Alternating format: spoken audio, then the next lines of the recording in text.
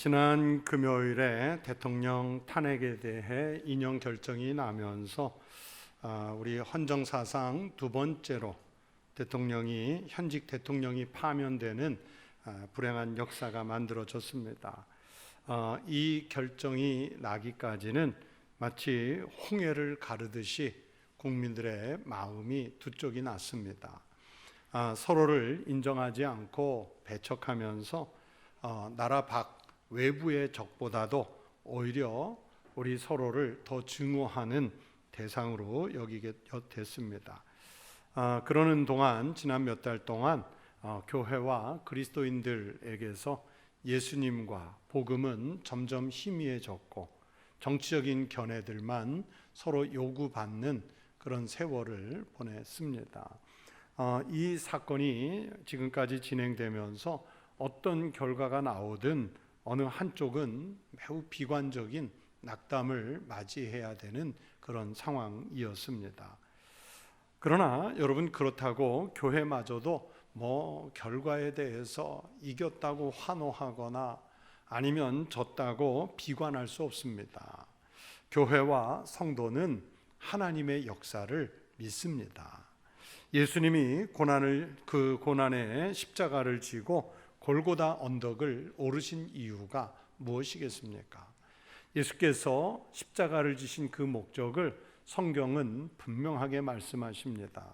그는 우리의 화평이신지라 둘로 하나를 만드사 원수된 것 곧 중간에 막힌 담을 자기 육체로 허시고, 그렇게 말씀하셨어요. 예수님께서 중간에 막힌 담을 헐기 위해 십자가를 지셨다면 우리가 주님을 믿기 때문에 우리도 그러해야 합니다. 국민들이 이렇게 완전히 갈라졌을 때 교회는 중간에 막힌 담을 헐기 위해서 기도해야 하고, 또 교회가 그리스도인이 부여받은 사회적 책임을 잘 감당해야 합니다. 과거에 함몰되어 주저앉지 말고 이 시점부터 다시 시작할 수 있도록 힘을 내야 합니다. 하나님은 우리나라 조국 대한민국을 사랑하시는 줄로 믿습니다. 앞으로 인도하실 줄로 믿고 함께 눈물로 기도하는 성도들이 되주시기를 간곡히 부탁드립니다. 우리나라가 잘 되는 것이 바로 하나님께서 원하시는 일인 줄로 믿습니다. 이제는 시간이 꽤 흘렀는데 제가 대전에서 목회할 때 그 러시아 선교사, 그 현지인 러시아 분 한 분하고 선교 협력을 한 일이 있습니다. 오랫동안. 그런데 그분이 저에게 러시아로 건너와서 부흥회를 인도해달라 하는 요청을 받고 제가 러시아를 들어갈 일이 있었는데, 그런데 마침 선교지를 또 한 2, 3일 둘러볼 계획이 있어서 막 은퇴하신 원로 장로님 두 분 보고 같이 가시자고 그랬어요. 장로님, 제 러시아 부흥 집회 가는데 같이 가시자. 그랬더니 두 분이 흔쾌히 동행을 해주셨어요. 그때 간 곳이 어디냐면 바로 그 유명한 시베리아의 한복판에 있는 이루크츠크라는 도시인데, 러시아에서 꽤 큰 도시고요. 바이칼 호수 옆에 이렇게 있습니다. 5월 말에 갔는데 어찌나 춥든지 5월에도 꽤 춥더라고요. 그 이르쿠츠크까지 그 당시에는 직항으로 가는 그 비행편이 없어서 러시아의 제일 동쪽 끝이 북한과 국경을 잇대고 있는 블라디보스톡이라는 그 도시인데 거기를 경유해서 가게 됐어요. 제가 기록들을 보니까 블라디보스톡 공항에 오후 1시에 내려가지고 저녁 8시 비행기로 환승을 해서 가야 하는 그런 일정이었더라고요. 그런데 제가 이 블라디보스톡 공항에 가서 참 황당한 일을 겪었습니다. 그래도 러시아에서 제일 큰 도시 중에 하나, 그리고 국제공항인데요, 그 공항 안에서 영어가 한마디도 안 통하는 거예요. 그 공항의 직원들까지도 영어가 안 된다는 것 때문에 놀랐고, 그리고 온 세계 어느 나라를 가든지 웬만하면 다 통용되는 비자 카드, 마스터 카드가 하나도 사용이 안 되는 거예요. 그리고 그 국제공항에서 흔히 쓰는 미국 달러도 러시아에서는 쓸 수가 없었어요. 러시아 돈은 한 푼도 동전 하나 갖고 있지 않았고, 또 우리 원로 장로님 두 분과 저는 러시아 말로 인사말도 못해요. 그런데 목은 마른데 물 한 병을 사서 마실 수가 없었어요. 끼니는 둘째치고 물 한 병 마실 수가 없었어요. 그런데 동행한 원로 장로님 중에 한 분은 또 거기에 탈수증이 좀 있으시거든요. 그렇게 7시간을 버티다가 비행기를 탔는데 장로님 한 분은 이제 거의 기절하시기 직전까지 갔어요. 그 비행기에 타자마자 아직 서비스 타임이 시작도 되지 않았는데 제가 승무원에게 먼저 물부터 좀 달라고 그랬어요. 물 3병 달라고. 그런데요, 그 물을 마시는데 천국이 따로 없어요. 정말이에요. 오아시스를, 사막에서 오아시스를 만나면 딱 이런 마음이겠다, 그런 생각이 들었어요. 제가 그 비행기에 가만히 앉아서 생각하니까 내가 참 어른들 2분 모시고 떠나면서 참 미련하게 떠났다는 생각을 했어요. 지금까지 많은 나라를 다녀본 경험, 아니면 관성, 이런 것들 때문에 익숙하게 다 될 것이라고 생각했는데 생각지도 못한 상황을 만나서 당황한 거죠. 러시아에 대한 정보가 일단 부족했고, 그러다 보니 준비가 부족했고, 그리고 그 준비에 따른 값으로 고생을 톡톡히 했어요. 잠깐이어서 다행이었지, 만약 위험이 깔린 길을 그렇게 모르고 갔으면 죽을 위험이 있었습니다. 그러나 아무리 위험한 길도요, 잘 알고 가면 좋은 여행이 될 수 있고, 거기에 좋은 가이드, 안내자까지 있으면 아무리 험한 곳에 가도 특별한 경험을 할 수 있게 되지 않습니까? 저는 이집트와 이스라엘 쪽 성지순례 할 때 이스라엘 백성들이 아말렉과 전쟁을 하면서 태양을 하나님께서 중천에 머물게 하셨던 르비딤 광야, 거기에 가까운 오아시스를 들러봤고요. 또 쓴물을 단물로 바꾸어 주신 마라라고 하는 사막도 가봤어요. 그 황량한 사막 가운데서 이스라엘 백성들이 이런 오아시스를 만났을 때 얼마나 행복했을까라는 생각을 했고, 또 하나님께서는 정말 기가 막히게 그들의 길을 인도하셨다는 은혜를 느꼈습니다. 여러분, 사막을 여행하는 여행자가 도중에 자기가 준비한 물이 다 떨어져서 갈증으로 쓰러질 위기를 만났을 때 천금같이 맞은편에서 오는 사람을 만났는데, 그분이 조금만 더 가면, 한 1km만 더 가면 오아시스가 있습니다, 이렇게 알려준다면 여러분, 세상에 그것보다 귀한 정보가 또 있을까요? 목말라 쓰러져 가는 사람에게는 금, 은, 보화가 필요한 것이 아니라 물 한 병이 어디에 있는지 알려주는 정보 아니겠습니까? 그런 면에서 이스라엘 백성들은 신의 광야에 대한 정보를 갖고 있지 않았음에도 불구하고 가장 정확하게 광야의 길을 갈 수 있었습니다. 어느 날 갑자기 살고 있던 애굽을 떠나서 광야 생활을 하게 됐는데, 하나님께서 그들에게 필요할 때마다 물을 주시고 먹을 것을 내려 만나를 주시고, 그리고 길을 잃지 않도록 낮에는 구름 기둥으로 밤에는 불 기둥을 펼치셔서 인도해 주셨습니다. 하나님께서 이스라엘을 살리시고 그들에게 팔레스타인 땅에 나라를 위해서 준비해 주셨기 때문입니다. 하나님은 모든 것을 알고 계시는 진리의 하나님이시기 때문에 이스라엘을 그렇게 가장 정확한 길로 인도해 주실 수 있었습니다. 여러분, 우리 그리스도인은 사람들을 생명의 길로 인도하는 사람들입니다. 우리가 원래 죽어야 할 죄인들이었는데 예수님의 은혜로 먼저 살아났기 때문에 우리는 살아날 길을 알고 있는 사람들이 되었습니다.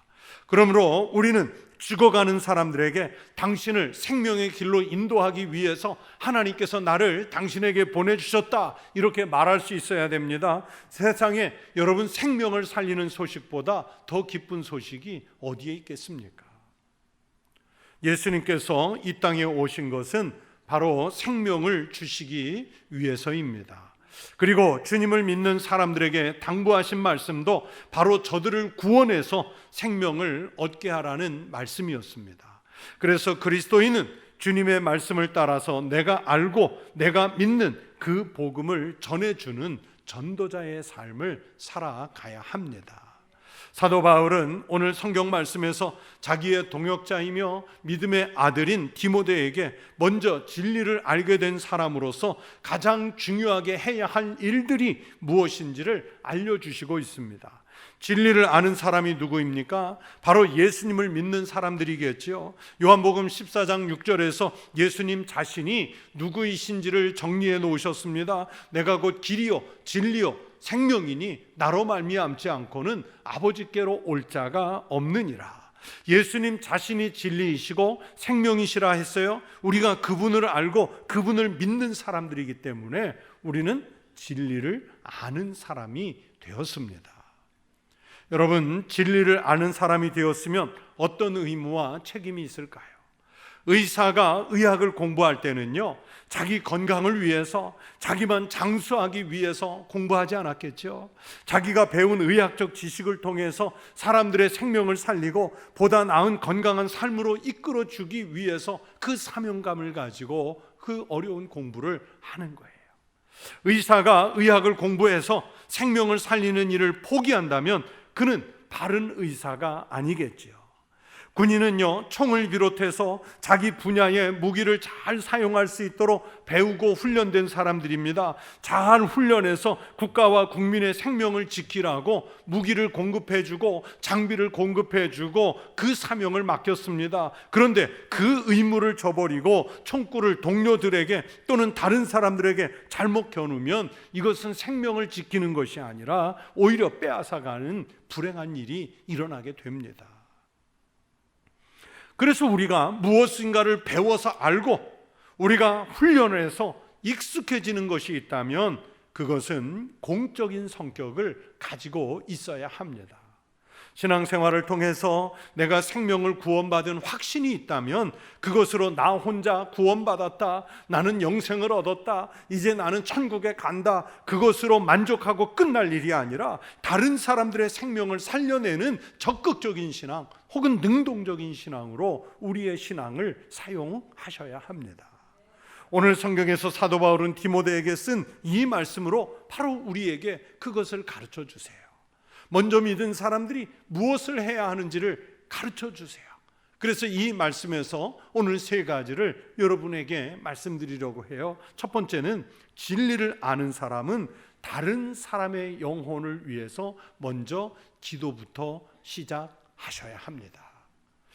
바울은요, 고린도후서 4장 3절 4절에서 만일 우리의 복음이 가리었으면 망하는 자들에게 가려진 것이라, 그 중에 이 세상의 신이 믿지 아니하는 자들의 마음을 혼미하게 하여 그리스도의 영광의 복음의 광채가 비치지 못하게 함이니 그리스도는 하나님의 형상이니라 라고 말씀하셨어요. 우리는 진리를 이미 아는 사람들이라고 말씀드렸죠. 그러면 예수님에 대한 복음을 전해야죠. 우리가 그 사실을 너무 잘 알고 있습니다. 그러나 우리의 힘만 가지고는요, 사탄에 의해서 마음이 혼미해진, 예수를 알지 못하는 그 사람들의 마음을 다 열어 적길 수가 없어요. 우리는 말이 어눌하고 복음을 잘 제시할 수 있는 능력이 부족하고 때로는 복음을 전할 수 있는 용기도 부족해요. 그런데 그 부족한 사람이 마음이 혼미해진 사람에게 말씀을, 복음을 전하니 잘 알아듣지를 못하죠. 여전히 혼미해요. 우리가 이제 한 사람씩 전도하기로 작정을 했기 때문에 저도 작정한 사람이 있어요. 그래서 그분에게 지난주에 찾아갔어요. 그러면서 우리가 4월 20일 전도하는 날로 잡았으니까 꼭 이번에 기회에 우리 교회 오시라고. 예전에 몇 번 우리 교회 오신 적이 혹시 있으시냐 그랬더니 10년도 더 전에 2번 우리 교회 왔었대요. 그러니까 이번 3번째 꼭 오시라고 그랬어요. 근데요, 요지부동이에요. 요즘 그냥 안 갈랍니다 그러시더라고요. 그러면 안 간다고 그래서 제가 포기해야 되나요? 예수를 모르기 때문에 그분의 마음은 혼미한 상태인 거예요.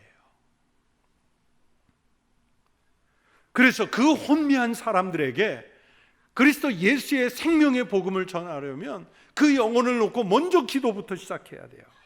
여러분, 우리가 복음을 전하려고 하는 대상은요, 죄송한 표현이지만 하나님을 모르기 때문에 혼미해졌어요.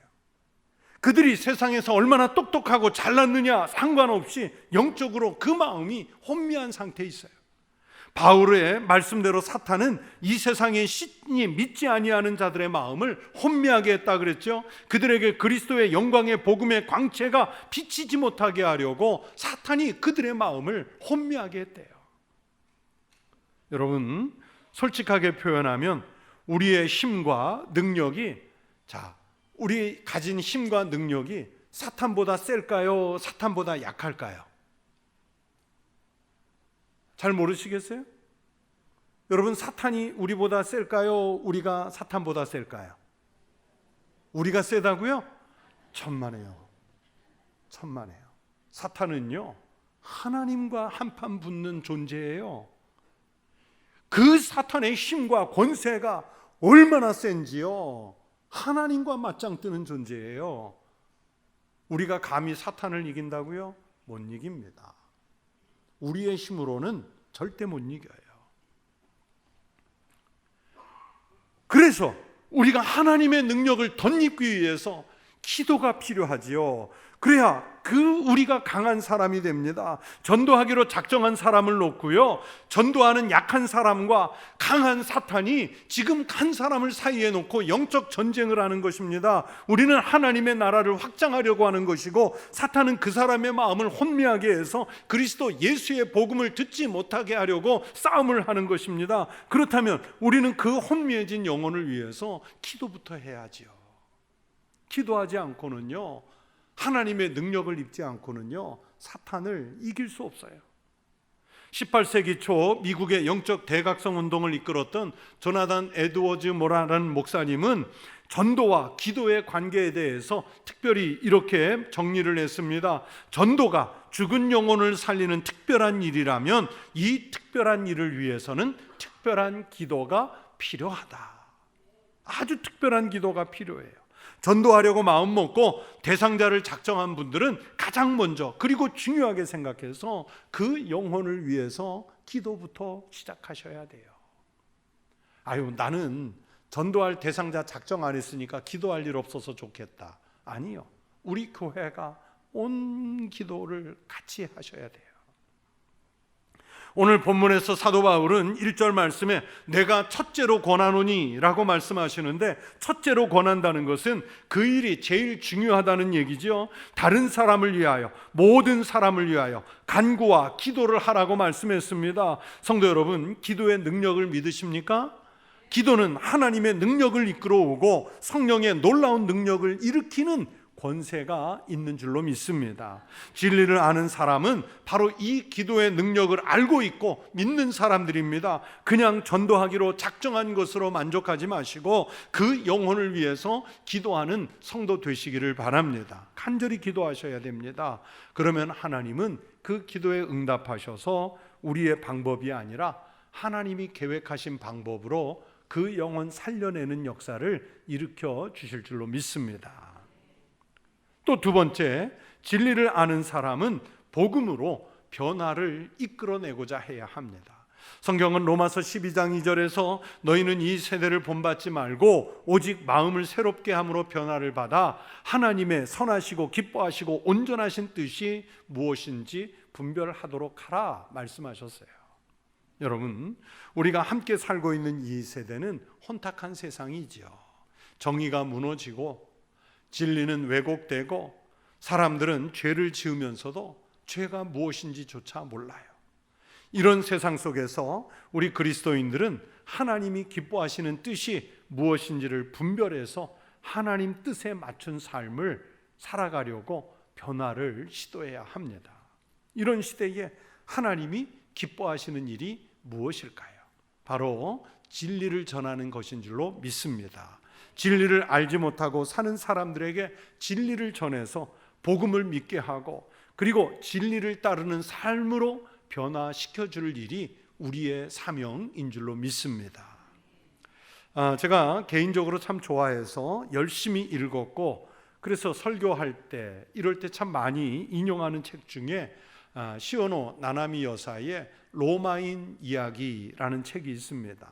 그 책에 보시면 로마는요, 그 큰 아프리카에서부터 인도에 이르기까지 큰 대제국을 이루어서 자기네가 정복한 제국의 땅 구석구석으로 로마 가도라고 하는 고속도로와 같은 길을 냈어요. 그래서 오죽 길을 많이 냈으면 모든 길은 로마로 통한다 하는 속담까지 있잖아요. 지금부터 2500여 년 전, 주전 400년 때부터 그냥 고속도로를 냈어요. 고속도로. 그 길이 얼마나 잘 만들어졌는지 지금도 뭐 그리스, 이태리, 스페인 또는 뭐 이스라엘 뭐 이런 나라들을 가잖아요. 그러면 지금도 길로 써요. 여전히 그 길을 쓰고 있어요. 그런데 모두가 다 찬성을 했을까요? 처음에 그 길을 내려고 할 때 반대파들은요, 자, 전쟁이 나면 적군이 밀려 들어오기, 로마를 침공해 오기 너무 좋은 길이라면서 길을 이렇게 내면 안 된다 하고 반대하는 사람들이 많았는데, 그런데 오히려 그 당시에 로마 제국을 이끌어가던 지도자들은 아니다, 오히려 이렇게 길을 잘 내놔야 저 변방 끝쪽에서 반란이 일어나도 우리 로마 군대가 빨리 가서 그들을 제압할 수 있다. 자, 똑같은 길인데 생각이 달라요. 그러니까 시오노 나나미는 그래서 그 책의 서문에 뭐라고 그랬냐면, 모든 길은 로마로 통하는 것이 아니라 모든 길은 로마에서부터 시작된다 그랬어요. 똑같은 길인데 관점이 달라요. 반대예요. 여러분, 그 길을 나중에 사도 바울을 비롯해서 복음 전도자들이 얼마나 잘 활용했는지 몰라요. 사람들은 그 길로 전쟁을 하고 병력을 이동시키고 물자를 교류하는 그런 길로 생각했는데, 하나님은요, 오히려 그리스도 예수의 복음을 전하는, 그래서 나중에 로마 제국 전체가 그리스도의 나라가 되는데 결정적 공헌을 하게 한 게 바로 그 로마 가도였습니다. 오늘날 과학과 문화의 발달이 사람들의 마음을 혼미하게 하고 복음을 듣는 것에서 멀어지게 하는 것도 사실입니다. 그러나 이것조차도요, 반대로 생각해 보면 복음을 전할 수 있는 기회와 방법이 더 많아지는 것입니다. 꼭 만나서만 복음을 전하는 것이 아니라 이제는 전화로, SNS로, 홈페이지로, 문자 메시지로 하나님의 진리를 잘 전할 수 있는 길이 많아지고 다양해졌어요. 사람들이 자신들의 편리한 생활을 위해서 또는 즐기기 위해서 만든 것들이지만, 우리 그리스도인들이 그것을 변화시켜서 하나님의 영광을 위한 것으로 만들 수 있어야 합니다. 비단 기계들만이 아니라 사람도 그렇게 변화되도록 해야 합니다. 사회적인 제도들도 하나님의 영광을 위해서 사용되도록 변화시켜가는 그 역할을 우리 그리스도인들이 해야 하죠. 같은 물건이나 생각이나 도구들을 사용하더라도 성경의 말씀대로 이 세대를 본받으려고 쓰지 말고 하나님의 영광을 위한 도구로 사용하면 그것을 통해 하나님의 진리가 전파되고 그것을 통해 하나님의 능력이 일어나게 될 줄로 믿습니다. 그래서 세상의 모든 것이 하나님의 뜻에 맞도록 변화시키는 역사가 일어나도록 살아가는 우리 성도들이 되시기를 축원합니다. 세 번째로, 진리를 아는 사람은 하나님의 마음을 시원하게 해드려야 돼요. 이 설교 말씀 후에 찬송가 84장을 부르실 것인데, 온 세상이 캄캄하여, 이 찬송 부르실 때 저는요, 이 84장 찬송에서 2절 가사가 늘 은혜로워요. 그래서 어느 때는 2절 가사만 종종 흥얼거려요. 주 말씀을 믿는 사람은 그 마음이 시원하고 주 명령을 준행하는 자 그 길이 환하겠네. 주 말씀을 믿는 사람의 마음이 어떻다고요? 시원하고, 또 주님의 명령을 따라 사는 사람, 그 사람의 길을 어떻게 하신다고요? 그 길이 환하겠네. 여러분, 하나님은 이렇게 믿는 사람들의 마음을 시원하게 해주시고 그 길을 환하게 열어주셔서 형통하게 해주십니다. 그러면 우리도 하나님의 마음을 시원하게 해드려야죠. 하나님 마음 시원하게 해드린다고 했더니 무슨 얼음 잔뜩 넣은 차가운 냉수를 이 제단에 올려놓고 우리가 뭐 정한수 떠놓고 빌듯이 빌면 하나님이 시원하실까요? 아니요. 오늘 본문 4절에서 하나님은 모든 사람이 구원을 받으며 진리를 아는 데 이르시기를 원하느니라 말씀하셨어요. 여러분, 하나님이 원하시는 그 시원한 일이 무엇일까요? 모든 사람이 구원받는 것인 줄로 믿습니다.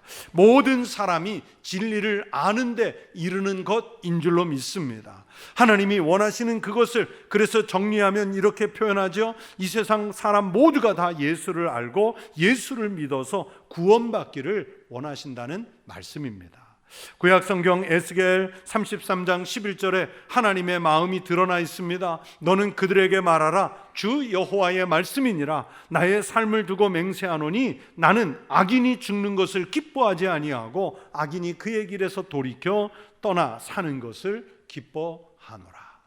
우리가 믿는 하나님은 선하시고 인자하신 하나님이신 줄로 믿습니다. 하나님은요, 아무리 죄인이라고 해도 그 사람이 죽는 것을 기뻐하지 않으세요. 오히려 악인이었던 사람이 그 악한 길에 돌이켜서 생명을 얻었을 때 하나님이 시원해 하세요. 그래서 우리 죄인들을 살리시기 위해서 독생자 예수님을 보내주셨고 믿는 자들에게는 생명을 주셨습니다. 그리고 생명을 얻은 사람들에게 당부하기를 아직도 악한 길에 머물러 예수를 믿지 못하는 사람들을 구원해 내라고 말씀했어요. 오늘 4절의 본문을 읽었는데 무려 3절에 모든 사람, 모든 사람, 모든 사람이 나옵니다. 여러분, 무엇으로 하나님께 영광을 돌리겠습니까? 아무리 좋은 것을 해드려도요, 하나님의 성에 찰 수 없습니다. 물질로 하나님의 불을 만족하게 채울 수 있겠습니까? 여러분이 지식을 쌓아서 하나님이 만물을 통치하시는 섭리를 이해하는 경지까지 도달하면 하나님이 기뻐하실까요? 여러분이 어떤 권세를 가지고 하나님의 권세에 필적할 만한 권위를 행세하면 하나님이 기뻐하실까요? 그 무엇으로도 하나님을 기쁘시게 할 수 없습니다. 다만 한 가지, 모든 사람이 구원받기를 원하시는 하나님을 위해 잃어버린 한 영혼을 구원해서 하나님께로 그 생명 인도하면 하나님이 기뻐하시는 줄로 믿습니다.